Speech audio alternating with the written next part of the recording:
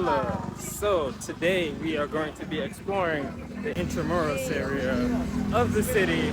That's the part near the pier where all the history and stuff is. But first off, we have to drop off the laundry. So we're walking to drop that off right now. This is part of traveling, is that you have to do laundry every once in a while. So we're gonna do this real quick and then go. We are here actually. This is our clothes. One bag, two bag.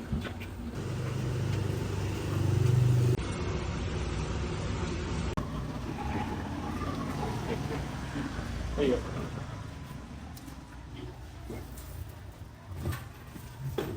$39 pesos.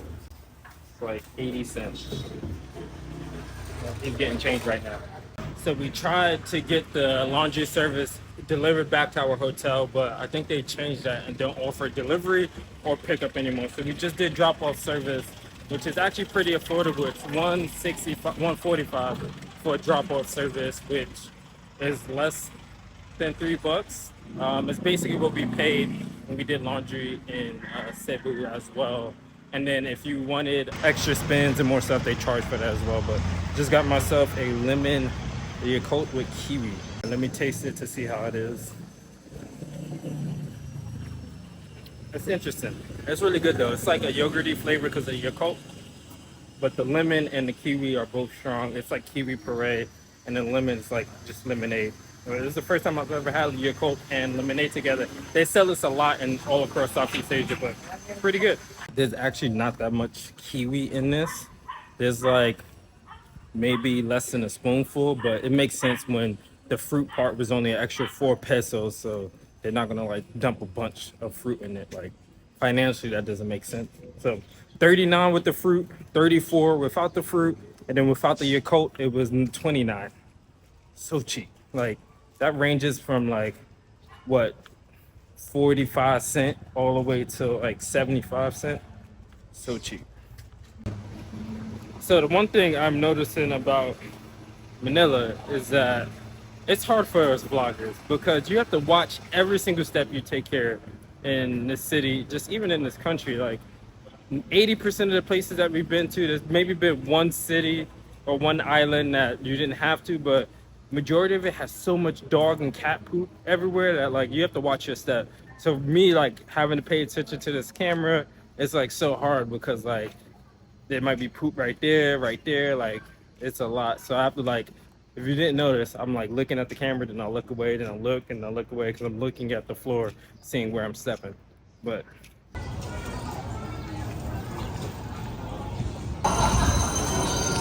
finally made it to the Intramuros area. Our tour is about to start.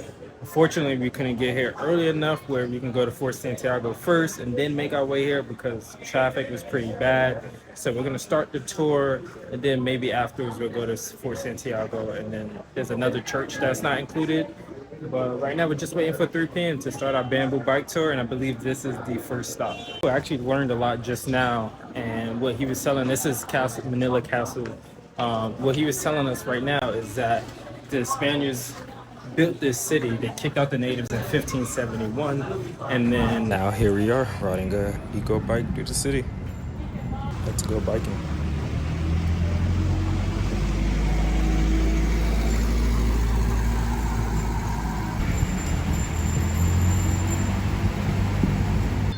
In 1981, this one is actually part of the original. So as we were walking, he said that the reason why there's a whole bunch of holes in the wall is because it was damaged during World War II. I guess obviously when the Japanese and Americans were trying to get Japan out of here. So there's a whole bunch of holes in the wall from cannons and gunfire, which is basically this you see right here, but obviously this isn't the one that put the holes in the wall. And 43%, 45% of the place is actually broken down because of the bombings and the gunfire. First photo was taken in the northeastern part of Intramuros with $20 million. The Spanish government sold the Philippines, Puerto Rico, Cuba, and Guam to the American government. So that was $5 million each country. This Japanese cannon is facing the present, U.S. Embassy. Their enemy during the war. So the embassy was built after the war. I don't know why they chose the location for their embassy. This area right here was actually used by the Japanese, and it's one of the last areas that they surrendered. Now you might be saying, why the Japanese? Is because after the Spaniards gave away the Philippines to the U.S. during the Treaty of Paris, they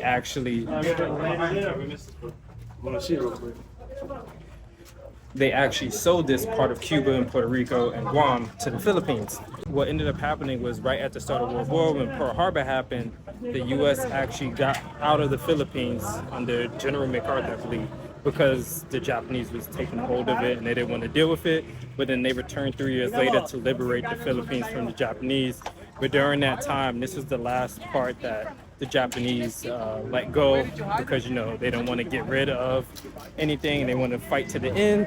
So the U.S. liberated this place. The first independence is July 12th, and then the last one is during World War II, and that is July 4th. So that's funny that the U.S. government would give them their independence on July 4th.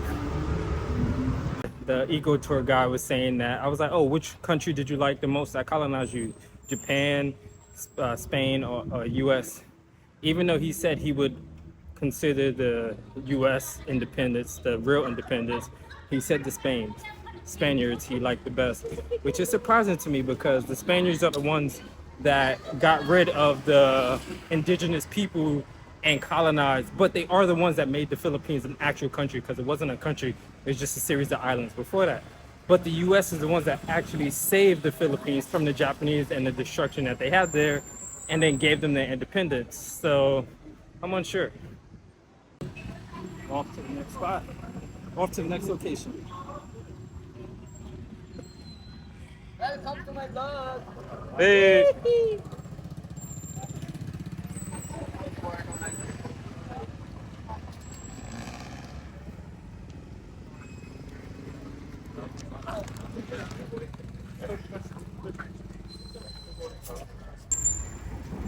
The Philippines in 1840. The daguerreotypes of camera.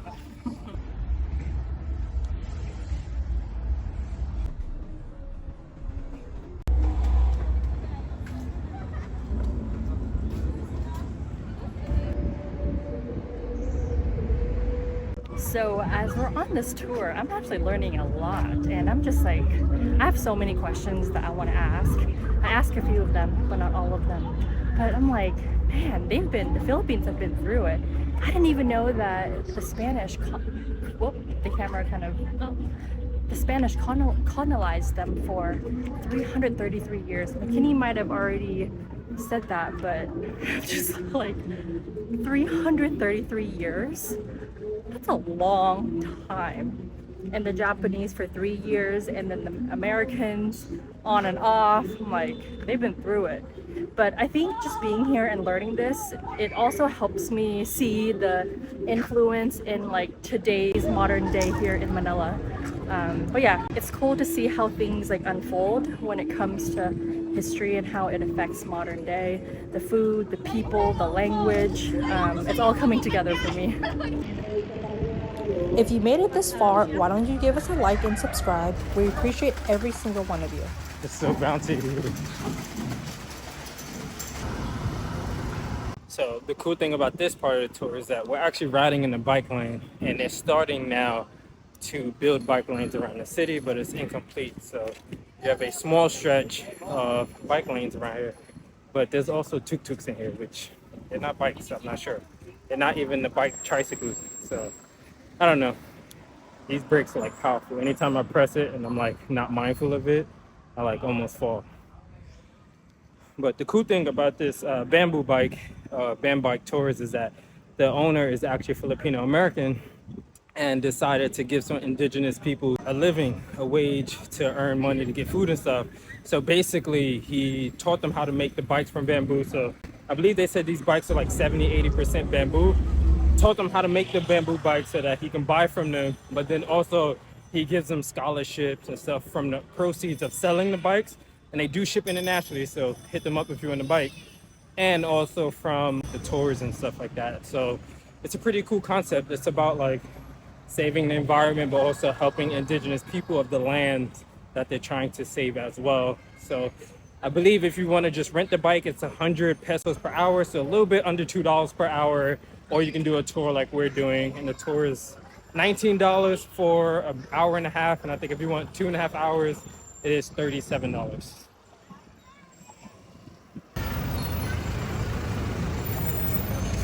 I know.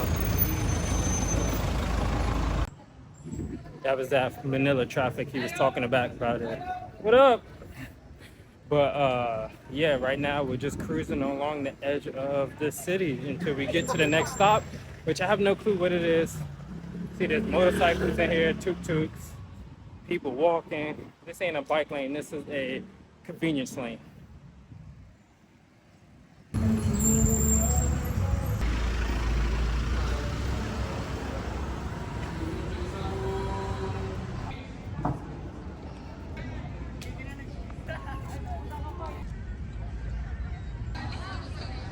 What he was telling us that the oldest Chinatown is actually located right behind me. No, not right behind me, but over there behind me somewhere, which is crazy. But it also makes sense because there were Chinese pirates here in 1570s or so. Because I was like, were there Chinese people here in the 1500s? And he was explaining that they were Chinese pirates that was here as well. This area of the park is that it's actually dedicated to the ASEAN nations, so all the Southeast Asian countries. So you have students from over here who are from those other countries that get to use this area, and that's why they have all these random flags of like Laos, Thailand, Cambodia, and stuff like that. The cannons here are from the 1700s, which is pretty cool, and from the Spanish, not from the Japanese.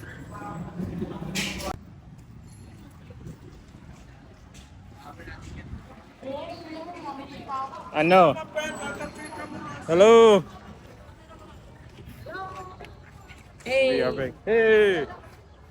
Spiking here. Had to get the leads to get this shot. It is so breezy today. Cat saying what's up. Buddha saying what's up. It feels good right now. It's not like extremely hot like it was yesterday, which I like, and it doesn't look like it's gonna rain, so I like that as well. But here we are. Original name of this plaza was Plaza Mayor, or the main square, the city center. So in the social class, it used to be peninsulares, insulares, and then mix of Spanish Indio because of the intermarriage, and then mix of Spanish Chinese, so there's still a Spanish blood, and then Indios. Then below the Indios were the Chinese, because they rebelled against the Spaniards in 1574, so they were placed at the bottom.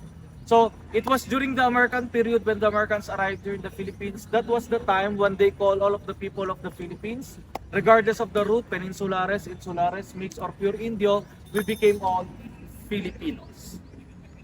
So the sons or the children of Philip II. So right now we are surrounded by the most famous cathedral in Manila. I think it's called Manila Cathedral. And then we have another royal palace, or something like that. But it's not a palace anymore because president was moved like 3 kilometers outside of Intramuros. But what has changed is that it's a new building. It was destroyed and stuff. But a lot of government agencies are in that building right now. And then I believe over here is where the Treasury of the Philippines is using this building. Hello. With this building right here, it is the church. This is like the 8th version of this church. As you can see, there's 2 weddings going on. He says sometimes what happens is there's like 4 or 5 cars out here. So each car means each bridal party. The other car left already, so there's 1 more bridal party here. This obviously has a long wait, like 1 to 2 years to get married and to put your name in a reservation system. And it's not that expensive, but for Filipinos it is. So it's $700, $720 to get married in AC for 1 hour. So every hour is $720. For no AC, it's like $500. The crazy thing is he was saying is that it's a good thing that there is a wait, because in the Philippines and obviously Vatican City, there is no divorce. You can't get divorced in those 2 countries, the only countries in the world. And you can do like an annulment, but it takes time. He was telling us that his friend was doing an annulment, but it's been 9 years already since they started that. So it's good that they have to wait because you get to choose if you still want to go through with it, if you want to just call off the wedding or find a new partner or whatever it is. So this church was destroyed like 6 or 7 times, and it was destroyed in World War II the last time because of the Japanese and the Americans. So they rebuilt it, and 4 countries helped rebuild it. 2 of the countries are responsible, so the US and Japan, and the other 2 countries are going to be Spain because they brought Christianity here and they started this whole thing, and then the Philippines, obviously. But it's kind of funny because Japan started the war, so obviously they're guilty. And the U.S., he was saying that, you know, U.S. destroyed it, but the U.S. also freed them from the Japanese, so it was kind of necessary. I guess when this was built was December 8th, and that's also the day that Japan decided to start the attacks in the city and killed a whole bunch of civilians. The stars on the street does not mean how many people were killed. It was just a social distancing measure for the recent pandemic.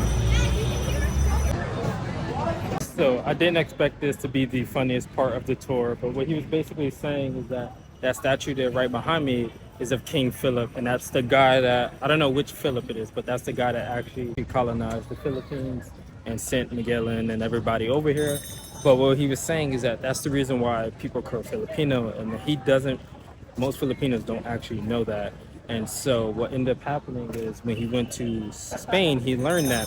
And what Filipino means is, if you know Spanish, Nino or Niño means children or little boy or whatever. And then Felipe, right? So Filipino means sons of Philip. So people don't realize that when you call yourselves Filipino, that actually means sons of him, sons of the colonizer. And so I think it's really interesting to kind of know that. And I wonder if that's why Filipinos are now trying to call themselves Pinoy, just to kind of get around that. And if you know what you'd rather be called, let me know. Because Spain did start this as a country, but it does make sense why you don't want to be called sons of a guy that killed the indigenous peoples. And the US actually coined that term because Filipinos are something only the direct descendants of the Spaniards that were born here but are Spanish blood were called. But when America came and conquered it before the Japanese and everything like that, they actually decided to call everybody that. And yeah, it makes sense. Like, what do you guys want to be called? So our tour guide ended up leaving us because we chose the express tour, so he got his little junior guide taking us back to the shop. Ours was 1.5 hours. Like I said, the other tour was 2.5 hours, but it was almost double the price. So we're gonna go back, get some alcohol, not for the liver, but for our hands. And then he's going to take us to a bar, to get some ice cream. So I wonder what kind of ice cream it is. If it's gonna be more local ice cream,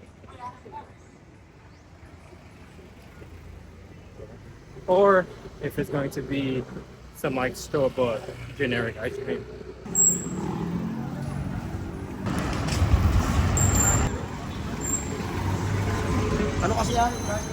So, wanted salted caramel, but they did not have it, so I got myself coffee. But fun fact is, when your ice cream is this pretty, they're actually cheating you. So the ice cream scooper was actually developed to save ice cream because it makes it look appeasing, but it is not as packed as if they scooped it from a spoon or something else. So if you want more ice cream, get the ugly scoops. If you want something for Instagram, get these rounded ice cream scoops. We checked out the church across the street, and you guessed it, there was a wedding party who just ended their celebration. Didn't see the bride or groom still at the altar until after going in. So found this seller of Tahoe here in the Fort Santiago area. So I'm about to order something right now. Can I get one? 20 pesos? Just small. Just one. It's made with like soft tofu, like sweet tofu, but unflavored tofu. And then they put a whole bunch of like pearls and brown sugar in it. And it's a dessert that's often sold in the morning. So a lot of times you see these people carrying it, selling it for like breakfast times. But it's evening now and they're selling it. It's only 20 pesos. No, that's your companion. Yeah, my wife. No, yeah. Thank you. It's extremely hot. Oh, it is hot. Yeah, feel it. Yeah, I thought you said warm. It's hot. All right, try it. Let us know what the vibe is. It's good. I actually like it. It's like, dang, it's so close to my face. You be zooming in on me. Oh, It's not good, huh? Balvin. Oh, Simbung. What's that for? Is it good? It just tastes like, if you ever had like milk tea, brown sugar milk tea. Cheers. Yolk. If you had brown sugar milk tea, it tastes like that. Sepa. She said it smells good. Alright, cat's on. You just stop it.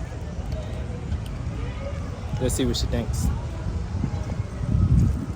I've had this before, except in Lao. Hot? You Lao and Han, Han. Yeah. Oh. I don't remember it, but I've had it before. I was thinking it's like super sweet, but it is tofu, so it's a lot of protein. So if you want your protein snack and you don't want to eat no crispy pork or no chicken, just get you one of these tacos. And the good thing was this small was only 20 pesos and the large was 50. So that's less than $1 for a large. The small is going to be, what is that, like 40 cent, 42 cent? Even though our tour ended a little bit earlier, we actually walked over. It was like a 5-minute walk to Fort Santiago to witness how beautiful this fort. And also, there's a lot of people here, and there's like food in different shops and whatnot. Our tour, it was so much fun. It was really great. Like, I've never been on a biking tour before. So if you're ever in Manila, I absolutely recommend this tour. And to see if we recommend what we decide to do afterward, which is head to the 4th largest mall in all of Asia, the SM Mall. Click the link right here to watch that video. One more Philippines video after this. See you in Japan soon.